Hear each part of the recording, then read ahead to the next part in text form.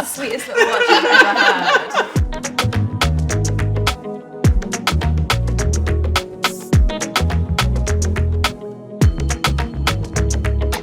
Hi, I'm Chloe Davies, founder of It Takes a Village Collective and a member of WACL, which stands for Women in Advertising Communications Leadership. I'm part of the Represent Me committee, and I am gassed, I am delighted, I am so happy to now be in conversation with these incredible 4 content creators, women that represent so many different communities, so much richness, talk about who you are, what you represent and why. So we're gonna get into it, we're gonna break some bread, we're gonna do the tea. Trina, you previously mentioned your biggest achievement was being the representation that your younger self wanted to see. How does today's landscape differ from the one that you saw back then? And how have you continued to evolve it? I think there's a lot of challenging stereotypes. I think that was a big thing, being able to change the narrative, especially challenging like beauty standards and what really that is, especially for me. I think it's helped inspire confidence in so many people, as well as myself, which I think is really nice, people feeling more inspired to show up, to take up space. They also can be valued, you know, in society, and also knowing that they don't see themselves represented, that they can also do something to contribute to change. Because I always talk about the work that I do is a contribution to change. And I feel like if everybody felt like they were able to contribute and everybody did their bit, whether it was in big commercials or whether it's just within their small communities, that's still making a difference for people feeling like they are being seen and can take up space unapologetically and show the joy in that as well. I think that was something that was really important to me. Lucy, your work as a BBC broadcaster and disability activist sheds light on issues surrounding accessibility and representation. And there's so much opportunity and potential on social spaces. How can they continue to amplify diverse voices and experiences? I think it's really lovely that now we see representation in all minority groups. It feels like as soon as you log on, you know, you've got different like communities. When I first started, I didn't know whether there was any blind people out there like me. So I think you're able to grow a personal brand and an authentic voice because you're everything. You are the producer, you're the editor, you're the uploader, you're the commissioner. And it's amazing because, you know, as disabled people, we often say like nothing about us without us, and we can bring our lived experience that's behind the camera in front of it, and it's being shared. And now we're seeing the trickling down of these platforms amplifying the voices and then it turning into advertising campaigns. And I think that's really, really positive that we're starting to see a wave of that. And it's enabled me to create a business of my own, sharing my authentic voice. What's been one of your most joyful moments so far? I have so many. Pick one. Like one. I think definitely the Pantene advert. I couldn't believe that after 9 years of being blind, I was holding a bottle that I could know whether it was shampoo and conditioner again. And we talk about tokenism a lot, but that whole campaign was just not that. You know, it was truly putting something on packaging called an avalanche code that was finally telling my community what we were holding. Yeah, I was crying so bad, and I was able to consult on that project as well. So for me, it was a massive milestone moment to actually see me on telly, but also like have role models again, you know, in other people that were blind as well. Jamina, you're the founder of Treasure Tress. Could you talk about the platform, how it inspires and promotes inclusivity and representation in the beauty industry, and how it aligns with your campaign goals, but also your personal goals? So Treasure Tress at its core is a subscription box business. It's our duty to make sure that those with textured hair have new brands, new products to try, and get to benefit from beauty sampling that everyone else does, because typically we're really left out. But we found that there were loads of discrepancies that were kind of overlooked. And so quite quickly, we found ourselves falling into data. And so I kind of describe what we do as like data-driven diversity, because without the data, it's really hard for the mass to actually pay attention to what the problems are for us. Yeah. And so a lot of the insights have been super interesting. When people hear them, they're really shocked. But as someone with the lived experience, you're like, this is absolutely true.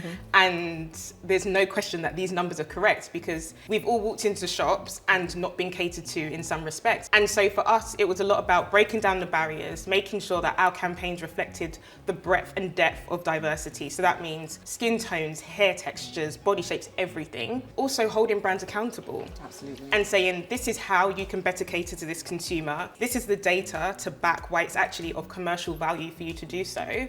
And let us show you how to do it more effectively, or better yet, we'll do it for you. You've just had a personal goal moment, haven't you? Absolutely. Come on, let's talk about it. Talk about it. So we had our first ever TV ad go live.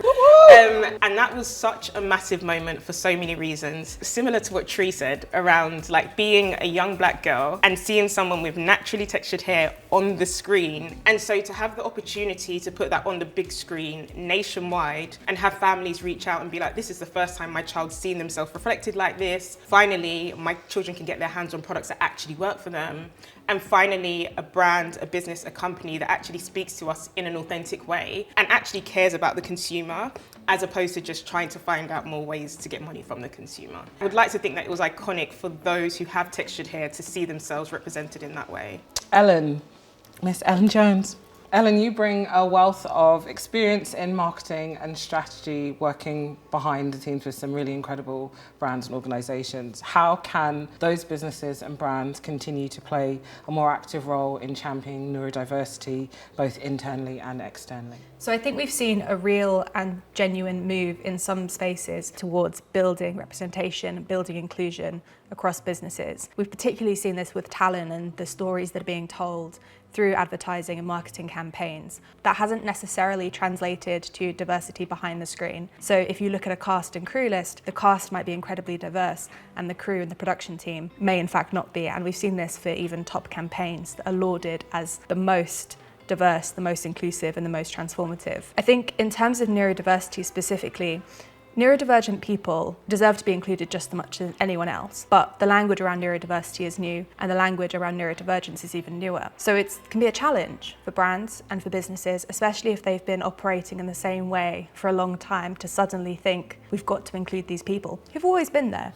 but are now beginning to identify themselves and identify their needs. I think ultimately when you're working in marketing and communications and content, social media, you're working with creatives, and we know that neurodivergent people are incredibly creative, and we know that having neurodiverse teams are ultimately more creative, more profitable, drive better results, because you're not just making things that are homogenous. You're getting different perspectives, different backgrounds, and you're allowing people to thrive. If you build for neurodivergent people, you ultimately build for everyone. I've been responsible for training a range of marketing agencies for some of the biggest brands in the world, which has been incredible. So I'm the person behind the scenes training those marketing agencies, delivering that training to ensure that when they go and work with people, they have those skills. And that to me is almost better than being on an individual set. It's equipping people with the knowledge, the tools, and actually the ability to ask a question from a place of confidence that they're not going to say the wrong thing, that they're trying their best. We all have this common thread that it's more than just the work, it's also what you can create too. So Lucy, how do you continue to bring your light into the world? I love that question because I can't see the light, I can feel the sun. For me, I absolutely adore the energy in the room and also the little micro failures that you think you're having throughout the day and that we all have. It's how you get up from those failures and really shine. Maybe, it's not overanalyzing, it's not ruminating or staying on that one failure. It's going, right, tomorrow's another day, let's get up, let's do another project, or let's switch the focus, or changing things up. I think that's the spice of life. When I think of shining my light, I think about what rooms am I in that I can communicate a message that perhaps someone else can't. And so I think what's beautiful about marketing and advertising is that we're there to deliver a message, right? But I think the missing piece is often that the message only goes one way. Yeah. So it's always a monologue as opposed to a dialogue. So for me, I feel like I shine my light through having dialogues with brands. So saying, this is what this community of women need, this is what they're thinking of, this is what their priority is. And then equally the brand saying, perfect, this is who we want to spotlight, this is how we do things. So I think shining my light for me looks like using my voice on behalf of a community of women who may feel dismissed, invisible or silenced. I think one of the things that I'm most passionate about is not shrinking myself because it would be convenient to others. I am very loud, I'm very autistic, I'm very queer, and I'm not apologetic about any of those facts. And I have no qualms about walking into a corporate space, a traditional space, with my full bright purple self and just owning a room.